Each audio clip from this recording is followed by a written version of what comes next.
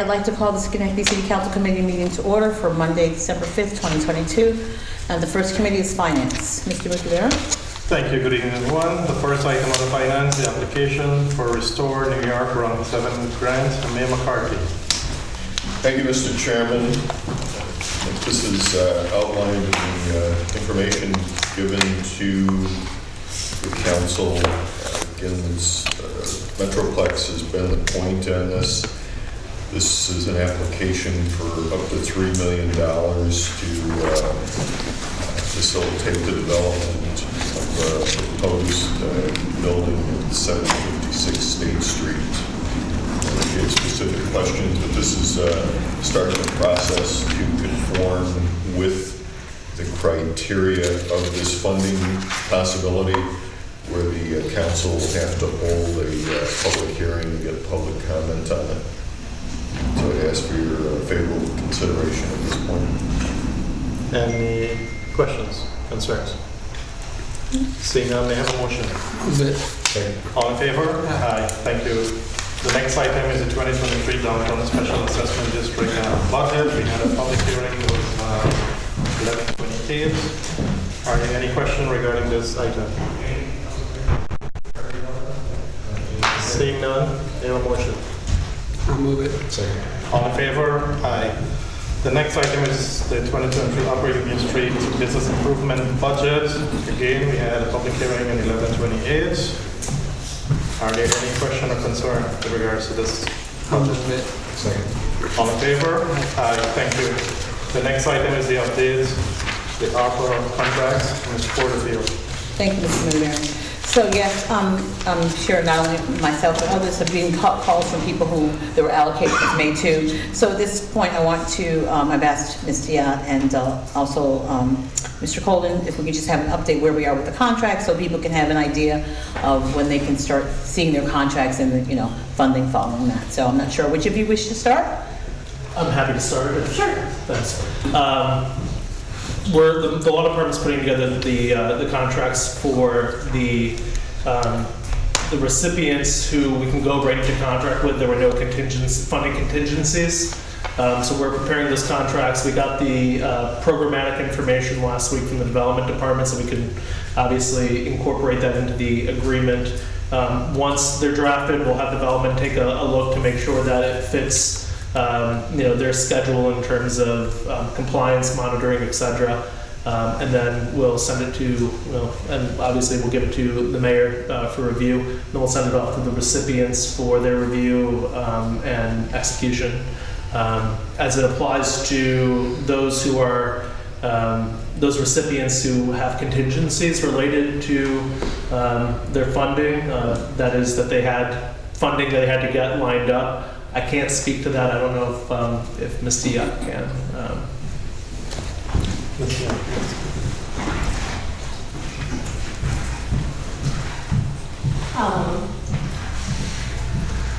So I think in terms of the contingencies, we had a year right from when the council resolution was signed to meet those requirements. So I would just say we just need to be mindful of if a project is not in a position to happen, there has to be a sort of a deadline for that. So we just have to establish that when we do the contract so that we can make sure that everybody is understanding, what that date is, when everything has to be ready, how we can help, and then so that we're all on the same page about what that date is. That's what I would say. Mr. Colden? If I can piggyback off with what Ms. Diaz said, I believe a letter went out to those recipients letting them know that there are funding contingencies so that they're aware of what they need to do, as well as I think in order to be mindful for them of what they're going to have to do once they have the funding in place, certain documentation they're obviously going to have to submit to the city. So I think part of what was sent in the mail included what they have to get in order from a paperwork standpoint, so that once they do have the funding, set up, that they can, just submit everything to the city so we can get rolling with the contracts. So you said You said the letter went out? I believe they went out in the mail. Yeah, it didn't come from my office. That's incorrect. We haven't sent it out yet. It's being prepared to go out. So, Oh, it's not gone yet? correct. Do we But have, again, you passed all that without any input from really any of the professional staff, so we've got to go through and sort out some of these details. How do we make it work, and what are the actual numbers that would allow these projects to move forward and actually be completed? well, I'm not sure, we definitely talked to the staff regarding, but for those who, Mr. Holden did address this, for those that there are no contingencies, those letters, has anything gone out to those folks? We're moving those to contract. Moving those to contract? Yeah, we've begun requesting certain things that they would need in order to go to contract. And I've gotten a lot of that information for the ones that are ready to go. So that's underway. Okay. Do we have kind of a timeline on that? I have spoken to the attorney who's preparing in my office. We hope to have the drafts out at the end of this week, so that they can be obviously reviewed and get any input from the development department to make sure that we're all on the same page. Okay. Thank you. Any other question regarding this? Well, Go ahead. I would recommend that once we get this all in order, that we have folks who did get funding to come and have like a quarterly update to let us know where they are with their, similar to what they do with like CDBG, they send the report so that we know where they are with the project, so we're not just like putting money out there and then we have no idea how the project is moving forward. So I know that's something that we need to take, another step we need to take down the road, but I just want to make sure that we're making sure that we're keeping track of the money and that it's being spent, or if money that needs to be recouped, and the projects are moving forward. So I just want us to keep in mind that I think that's something we definitely need to put into place as well as part of this. So I would say, whatever that is, we would want to have in the contract, if it was something we were requiring. Generally, yeah. I mean, there are obviously accounting, for the purposes of auditing the programs and what it's being used for. In addition, I believe a lot of these projects are going to be reimbursement based, so they're going to have to provide documentation to the city before we would reimburse them for those costs. I don't know if that's every single project, but I believe, I think from what we spoke about, it seemed like almost every project or every recipient is going to have to submit documentation before they receive the funds. And we talked about establishing a similar quarterly report that they would submit Right. as a status update on the project with any background, information and documents that we could, track things along the way. Any other comment? Thank you. Thank you. Thank you for the update. Thank you. Motion to adjourn. Second. All in favor? Thank you. Next is City Development and Planning. I'll call that to order. It's my committee. Oh, why do I always, I'm sorry. I'd like to call to order city. I'd like to call to order City Development and Planning. We have 5 items on the agenda. First one is to discuss Revere Avenue Paper Street Development Feasibility Study. Mr. Wallen?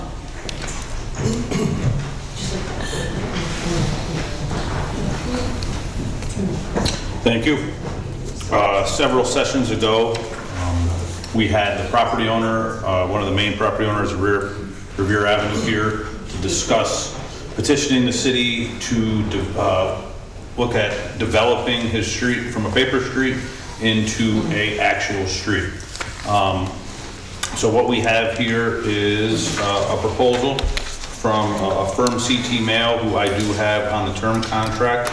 I decided to look at CT Mail as they are MS4 SWIP firm.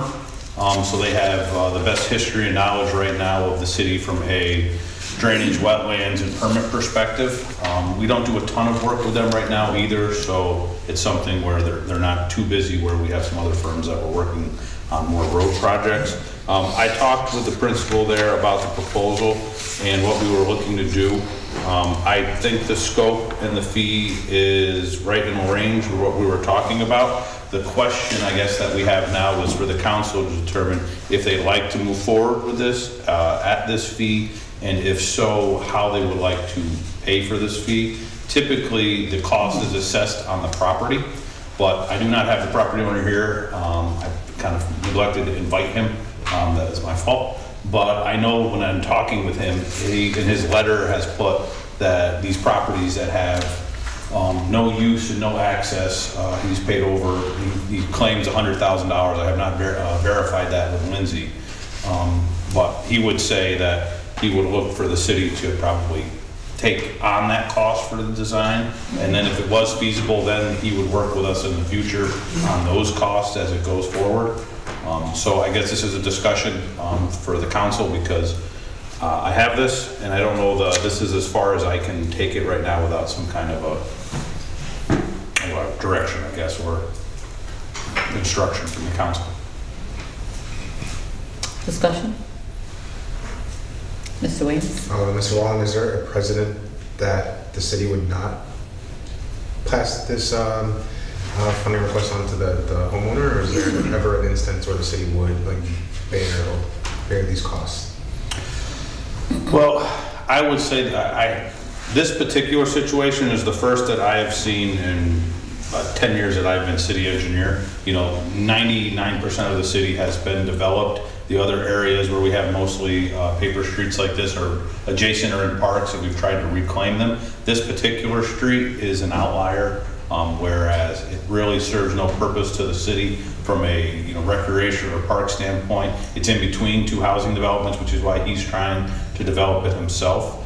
And I would say the only similar that we have right now would be our sidewalk assessment program, which we're going to talk about. And right now, we are not assessing any of the soft costs onto the homeowners. So for instance, I will tell you that due to the complications of North College Street, which is one of the ones right now, I'm working with an engineer on that project, and it's probably at the end of the day is going to cost upwards of maybe $10,000 to have all the design for that street to make sure all the properties are there. And we have yet to include that against someone. So I would say the precedent is we really haven't been, but it's also because we've been trying to do things a little more in-house. But with this particular one, was something I was going to talk with you guys about. We haven't assessed anything yet to North College. So do we want to do that or do we not? Because what's ended up happening on DeCamp, for instance, or Ardsley, was we tried to do it a little quicker and faster, and we got a lot more questions and the costs. So now we're really trying to tighten up our front end and our design so we don't have that. So that would kind of a little bit, but to put that extra time in, I needed a little bit of extra horsepower. So we're going to have a lot more detailed plans for North College than we did for something like Ardsley. And I get the gentleman's point with the paying of the taxes, but it is a tough line because it says that it should be assessed for him, but he has been paying taxes for our properties that have been essentially vacant wooded land. So. Ms. Patrick? Could you refresh my memory as to what does he hope to do in terms of the development? I mean, would he be putting up houses that would then be on the He's tax hoping, rolls? I believe he had the zoning changed to multifamily, so he's hoping to do something with a multifamily similar to what's adjacent. He's between, I believe, the Hampshire House and Sheridan Apartments, so I don't think he's looking for any kind of, single-family home development. He owns most of the properties. I know he is looking to consolidate as many as he can, to make larger parcels to do something. There is discussion even if we could only develop, some of the road or how we could do it. He could take some of the road and try to dead end it and work with the other one property owner. But because he doesn't know if this road is feasible, Right. he hasn't been able to, he's gotten interest from people, but he hasn't gotten any, no one to sign anything. Because there's this open-ended, well, how would you access it? How do you get to the property? Is it feasible to do? So he's asking us to absorb the cost. He has. I mean, if we had the original letter, which I'm sorry I don't have, he gets into that about how much he has paid in taxes and things like that. And if we want to push, I can have him come. I guess if that's the direction we want him to come. But I just wanted to bring this to you so that you saw the next point that we're at. And is there any, so if let's say we considered that, where you haven't identified a funding source out of your department that this could happen from? Yeah, I have some funding. I have a fees for service line that are used for things like this. So it wouldn't be a capital, I have some operating money. It would be nice to, that shouldn't be a huge, I would say, burden on me or the department. We have money for services like this. Other questions, comments? Mr. Williams? I think it'd be more of a comment. I think I just want to make sure that we're aware of any other potential like paper streets, because I want to make sure we're not just approving it based on this one instance. And if there are multiple instances out there, what are we essentially saying yes to in the future? And I also want to make sure, I'm in favor of this, but with respect to the sidewalk program, making sure we're not considering things absent like other factors. So with the sidewalk program, like we're taking care of some of the fees, but is that appropriate in this instance where we'd be considering paying 100% of it? So I just want to put that out there for food for thought. Yeah, and I guess this 6,700, if we were to carry this forward, and let's say that it comes out that yes, it's feasible to construct this road, then we get into an even more, larger situation. You're not constructing the road for under $100,000. You're not designing the road for under $25,000. So all of a sudden the fees then get larger, and that is where we have to have a more realistic discussion with the property owners about, okay, if you're doing this for, a reason to, develop it, then we'd have to talk with them. I don't know if we'd have to get something like, a Metroplex involved or someone in development authority, but, just to make sure that to me, this is a small cost compared to if this leads to something more, the costs get exponentially larger. And then those costs, then this comes down to, absorbing those. It is a public road if we do it, but still, it's a public road for the benefit of a property owner who owns all the properties around.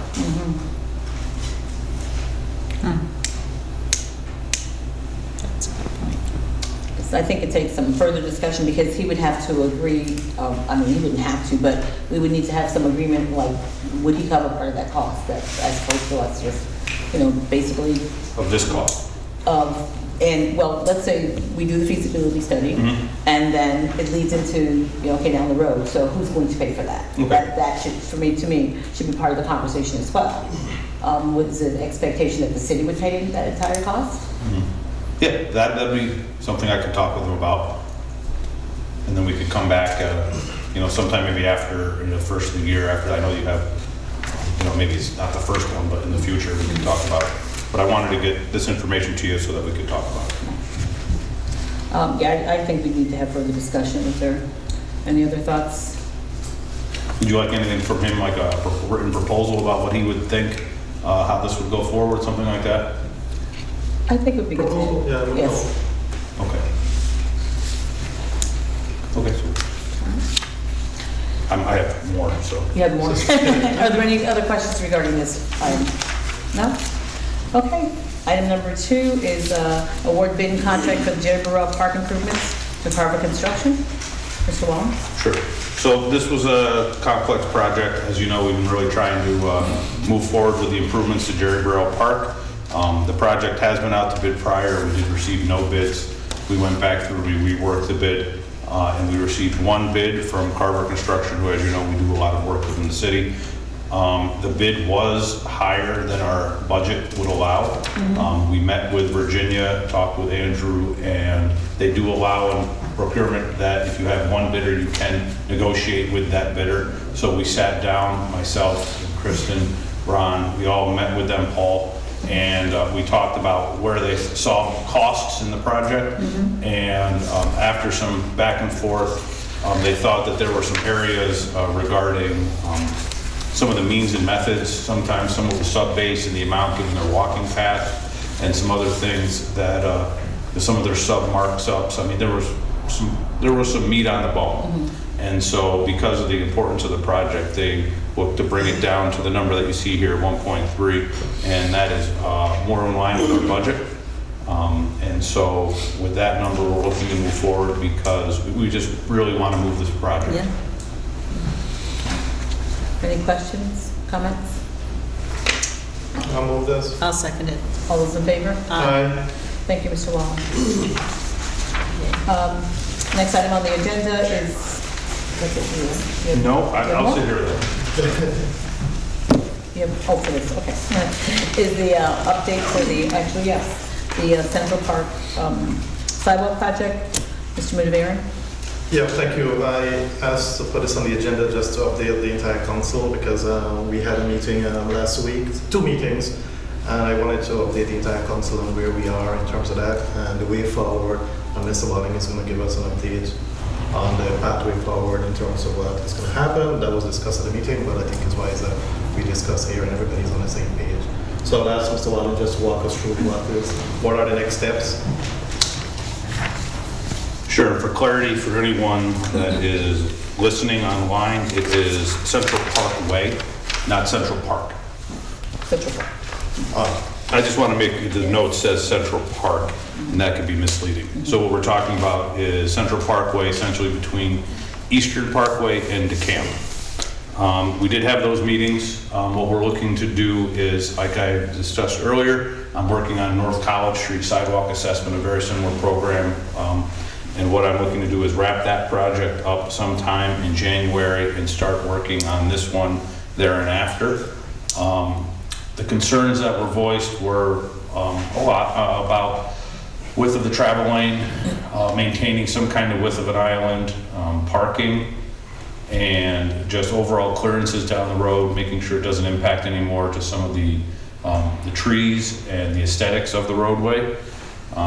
I expressed to them my concern over right now curbing shortages, as this road would use approximately 5,000 feet of curb due to the islands. So that is something that I've been in discussion with. Curbing still is in short supply. Just had a meeting last week about Brandywine Avenue, and that is still, even Brandywine Avenue is only using 1,000 feet of curb, and that's going to be difficult. So my schedule right now for this project, like I said, is wrap up North College, get that out to bid, take the resources I'm using for North College, turn them right to Central Parkway, and once we get that going, I would think that the turnaround for Central Parkway is going to be a little quicker than North College because the street is a little bit more uniform. North College is very complex, even though it's a lot shorter. And then what we're going to do is put that out to bid, get the bids back, bring those to you here about what the bid is. I'm going to put together some summary sheets that we can discuss. And then I believe what we'd like to do that was discussed is get everyone back on a petition to sign off that they saw their cost and agree to their cost. I know that in talking with Mr. Colden, there was some concern about new residents moving to the street, which was also brought up by Mr. Mudavaran at the meetings, and to make sure that we capture the 4 or 5 new residents and everyone on there. So this is kind of a hybrid of what we've been doing in the past. It's a little bit more involved, but it's probably going to give us a little bit better of a result on the back end. So once we have all of that done, I do believe we need to call for a public hearing to create the district. So in a perfect world, I would bring the bids back here in February, and when I bring the bids to you, we would call for the public hearing at that meeting, and then we would try to get the petitions done by the public hearing, which would give us about 3 weeks, I believe, or no, 4 weeks to get to there. That would save us the most amount of time, because if we were to wait for the petitions to come back and then call for the public hearing, that could really put us out. And then we also have to worry about the bids becoming stale if we're not awarding the bid within 45 days of receiving it. So that would be my recommendation, if we can rally the street to get those petitions signed in that amount of time, those 3 weeks, which, given the involvement on the meetings, I think it should be possible. But so I would hope that we get everything to you sometime in March, and we would be able to construct it this year, but the wild card will be the curb. Yeah, just to add to that, we have 2 homeowners who are working with us to get the updated petition to have those 5 names added, updated on the petition. That is in the works. So that is not holding back anything that's in your ward to proceed. So they commit themselves to make that happen, and we commit ourselves to help them to get those updates. The only other thing that came up that could be a point of contention with the homeowners is certain homeowners expressed an interest, if their sidewalk was in good condition, to leave it. And we have not done that in the past, and I would not recommend it.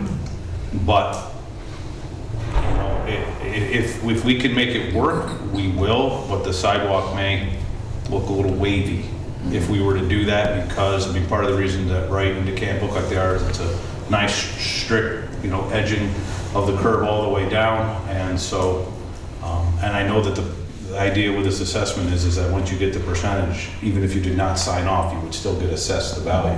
So it just from a public perception, you could hear about that depending on which way. I don't know if you guys want to go the other way. We just haven't done that yet with a street like this.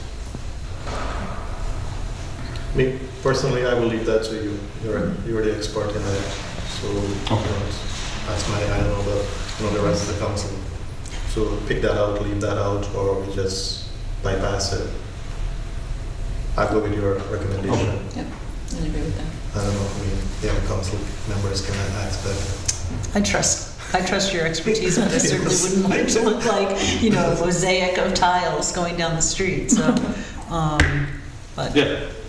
With regards to the church, in our church, are there any sidewalk that was completed that you're skipping, or you're just digging out that also? That's North Church. College. North College. Sorry. North College, on North College, there's Does one anyone- section that we are looking at remaining, as it is very unique. And I'll share it with you. It was an idea that was thought up in the field by one of the contractors that we walked it. It is the former church site, which is now a business. They have a 9-foot wide sidewalk and a nice curb that they put in, however it's a little higher.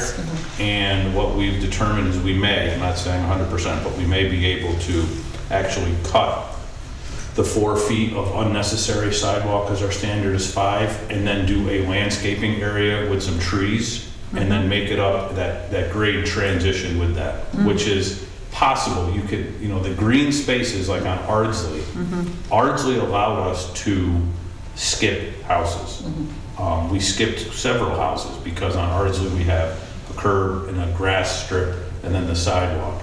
But where you have the curb and the sidewalk, integrated, to really make the street look like what we would like it to look, you cannot remove that curb and keep the sidewalk.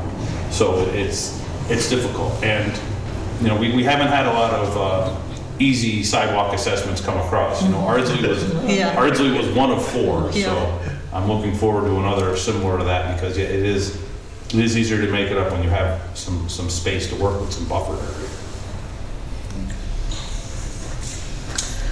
Just one other thing, when we were having this discussion during the meeting, the residents of Central Parkway felt that they should get more of an assistance from the city than other streets had, simply because they were the main entrance into the park and people used it a lot. So they did bring that up in terms of any part the city was going to pay, they thought they should get, somebody actually said 75%, but in terms of the part that the city would pay. So I just want you to know that they strongly feel that because they're a main way into the park and a lot of people use them, that they should get more of an assistance in terms of what the part that the city pays. So just letting you know that.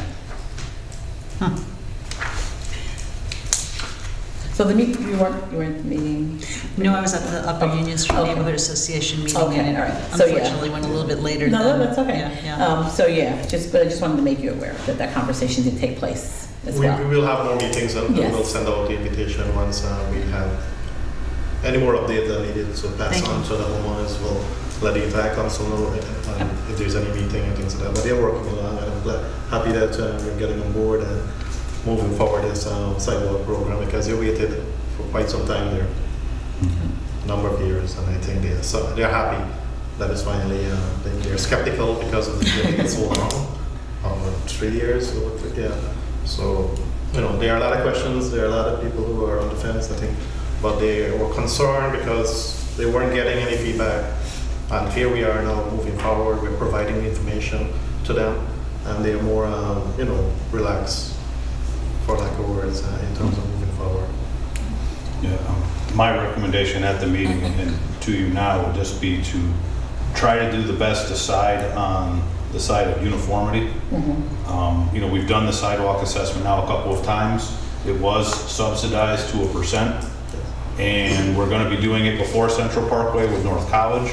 And I think it takes a lot of pressure off of this table and myself if there is a uniform equation we talk about that we go forward with, and it is what it is. It's still a great benefit. It's a subsidized program, but I could see if on Central Parkway we go above what we usually do than when we do have one, I've heard, on an Elm Street or an area that is CDBG, we're gonna get more of the, well, Yeah. and I think you're opening up something that I wouldn't recommend.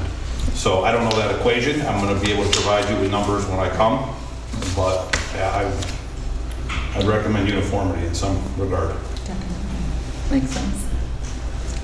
Yeah, I think we're gonna look at the percentage in terms of the camp, how much the city portion, and we'll, discuss that.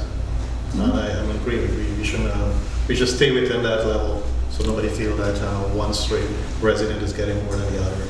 I mean, similarly, it would also save time if we had this number ahead of time. If you were to say that the sidewalk assessment level for the year 2023 is X, then all of the homeowners could go and say, this is what it will cost, and we could do it before the bid. And even if the bid's a little higher, we're still, I have a pretty good idea of what the number is going to be. If it varies 5 or 10%, but this bringing it back, and it is adding work, and it's going to add work to come to here. Whereas if, we had some kind of, Mr. Mayor, we talked about some kind of an equation where we had a number, it would be able to come right at that first step. And the city's number for 2023 is $50 a linear foot, and this is what it would cost. Do you want to go forward? And then we just do it. Yeah, Ms. Portman? Yes. I think that sounds very smart, because I think it also, on the other end, where we ended up having to, we had numbers that weren't actually the numbers that had been given to the residents, and so that's how we ended up, subsidizing some of that. In this case, we'd be more proactive, and we'd be upfront with a cost, and hopefully that would be the accurate, you know what I mean? That would be not something that we then have to, on the other end, make up, for residents. Yeah. I don't mean make up. That's how I always envisioned it.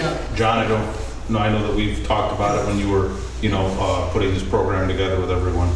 And I think, in my opinion, is even as someone that, if you're a taxpayer and all these things, is that these are people that are paying. They're going above and beyond their taxes, and they are paying. Right. And so it's not that they're getting a free this or a free that. They are putting, their money down, even if it is, a $1 for 50-cent ratio. It's still something. Right. And it would help. It would help me. I guess it's self-serving to say, but it would help me because it would make the program simpler for me. Yeah. We can look at the decamp, I think it's 20% or 40%, something like that. and Somewhere along those somewhere lines. along I mean, that. I can work with Chris. It Yeah, if you don't mind. won't be an issue. Yeah, and we can apply that across the board if that's the case. Hey, John, what is you worked on this program, you thought that I thought that's how we should go from the get-go. People have money in the game, as you say, and to put the entire cost on the resident, while we certainly as a city can't afford to do sidewalks across the city and pay for it ourselves. Putting money in the game, I think, changes things, and to help residents to get sidewalks benefits everybody. Property values increase, that increases our tax levels in the city.